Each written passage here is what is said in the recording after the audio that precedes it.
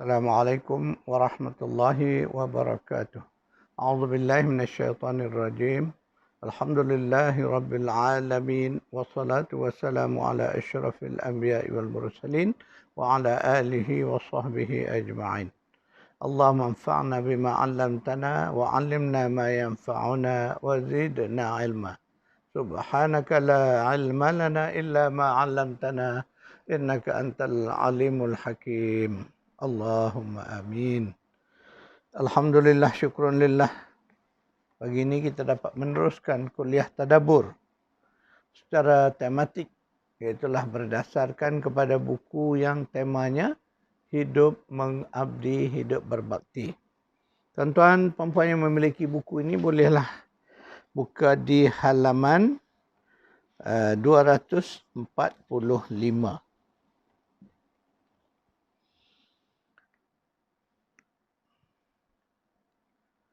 Dalam kuliah lalu saya menyentuh tentang pesan-pesan Allah kepada kita, iaitu Allah meminta kita ini, terutama orang-orang yang beriman, supaya meletakkan akhirat itu sebagai matlamat kehidupan kita. Jadi segala apa yang Allah kurniakan semasa hidup di bumi ini, di dunia ini, manfaatkanlah untuk mencapai kebahagiaan akhirat. Namun begitu Allah mengingatkan supaya kita jangan abaikan dunia. Jangan kita permudahkan urusan dunia. Jangan kita remehkan kehidupan dunia ini. Sebab itulah seorang Muslim yang faham, dia akan menghargai kehidupan di dunia ini. Berbalik kepada konsep perjalanan jauh kita perlu ingat bahawa kehidupan kita di dunia ini adalah fasa kedua daripada 4 fasa perjalanan. Dan fasa kedua inilah fasa yang terpenting. Kerana di fasa kedua inilah kita sebagai manusia, Allah berikan kita peluang, kesempatan untuk melakukan yang terbaik. Sebab itu kita tak boleh abaikan kehidupan dunia. Ya, kalau kita melihat sebahagian penganut agama lain, mereka meninggalkan dunia. Mereka meremehkan urusan dunia. Sehingga mereka tidak mau bekerja, tidak mau bercampur gaul dengan masyarakat. Mereka mengasingkan diri, ya, hidup dalam keadaan bertapa, ya. Kononnya untuk tujuan mensucikan diri mereka. Jadi semua amalan-amalan itu disebut sebagai amalan ruhbaniyah. Jadi amalan-amalan ini kita umat Islam dilarang keras. Baik kita ahli agama, ustaz, guru, imam, kita adalah manusia biasa yang perlu bekerja, berusaha. Hidup sebagaimana orang lain. Tidak ada bezanya. Itulah kelebihan kita melihat Islam meletakkan satu prinsip yang tegas bahawa di dunia ini kita perlu jalani kehidupan dunia dengan sebaik-baiknya. Jadi tidak ada alasan mengatakan kerana kita mengharapkan akhirat maka kita tinggalkanlah dunia. Sedangkan Allah menyebut wala tansa nasibaka minad dunya. Jangan sekali-kali kamu abai, kamu lupa kehidupan nasib kamu di dunia. Sebab itu kita kena faham bahawa yang sebagaimana saya sebutkan, seluruh aktiviti hidup kita di dunia ini, biarpun aktiviti itu nampaknya kecil dan urusan-urusan biasa, tetapi Allah berikan dia sebagai ibadah. Ia ada nilai ibadah di sisi Allah. Jadi kesempurnaan konsep hidup dan mati. Jadi kita sekarang berada di fasa kedua, iaitu fasa kehidupan pertama di dunia.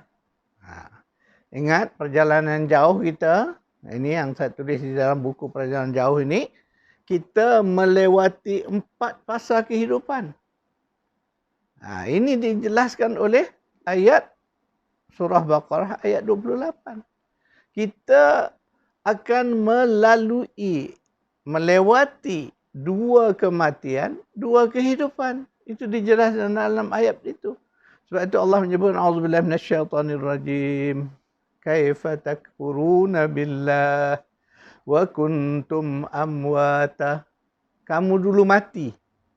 Fa ahyakum. Maka kami hidupkan kamu. Inilah kehidupan kedua. Kehidupan sekarang ni. Kehidupan di dunia ini adalah kehidupan pertama.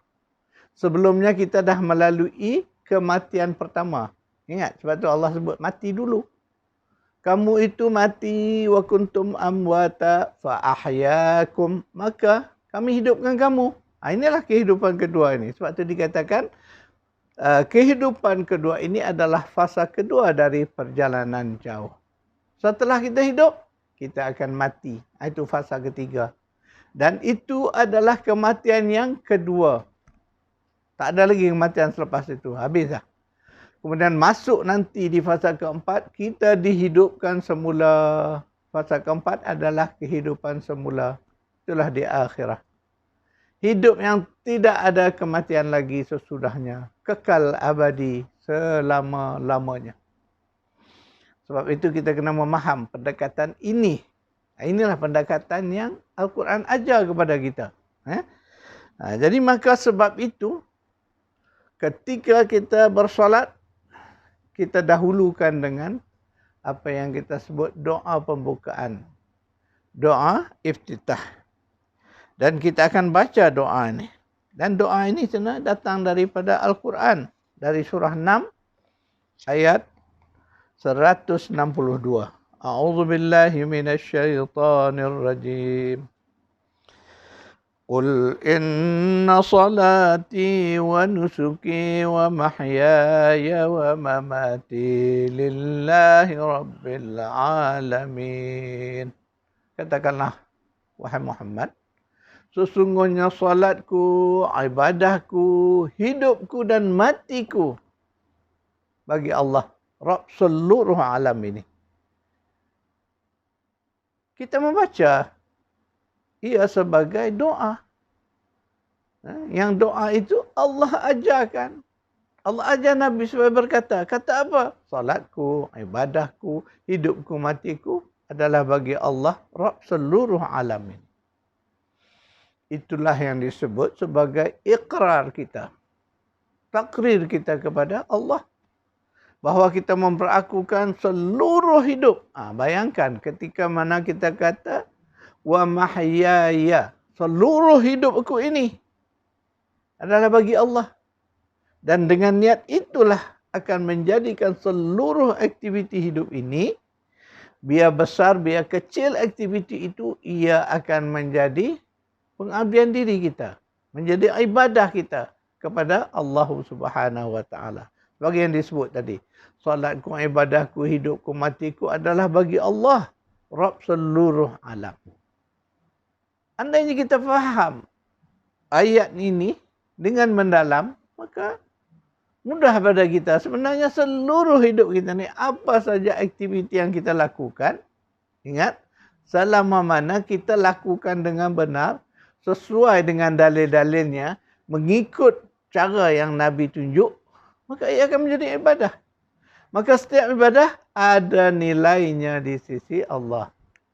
Sebab itulah ketika Rasulullah menyebut, bermanis mukalah kamu kepada saudaramu. Karena senyuman itu menjadi sedekah. Di situlah kebaikan kita melihat.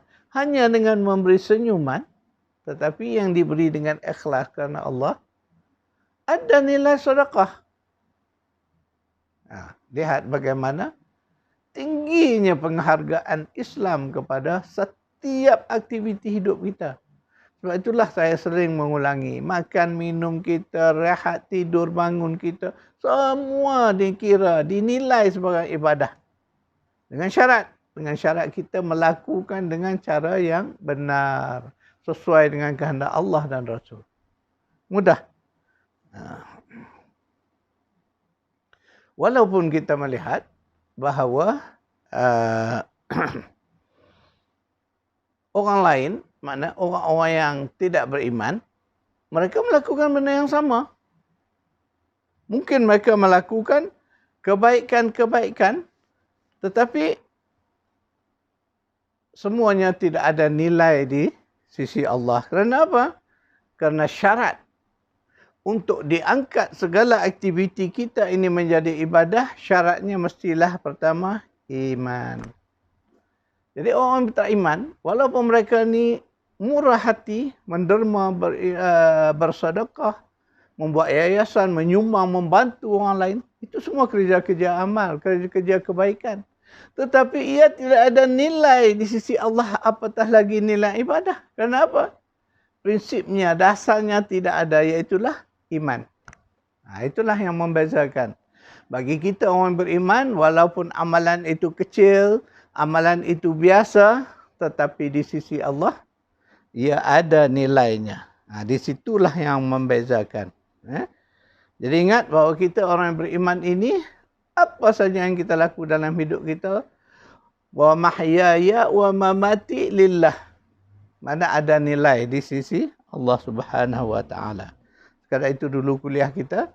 InsyaAllah saya akan buat beberapa catatan.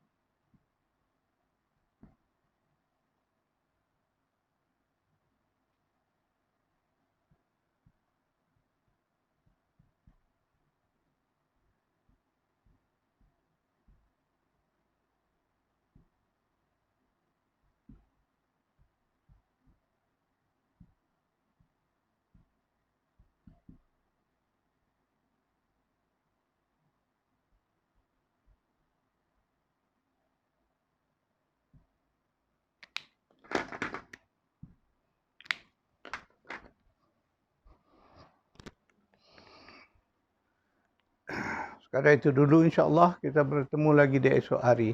A'udzubillahi minasyaitonirrajim. Bismillahirrahmanirrahim. Rabbana atina fid dunya hasanah wa fil akhirati hasanah wa qina azabannar. Sallallahu ala Muhammad wa ala ali Muhammad walhamdulillahi rabbil alamin.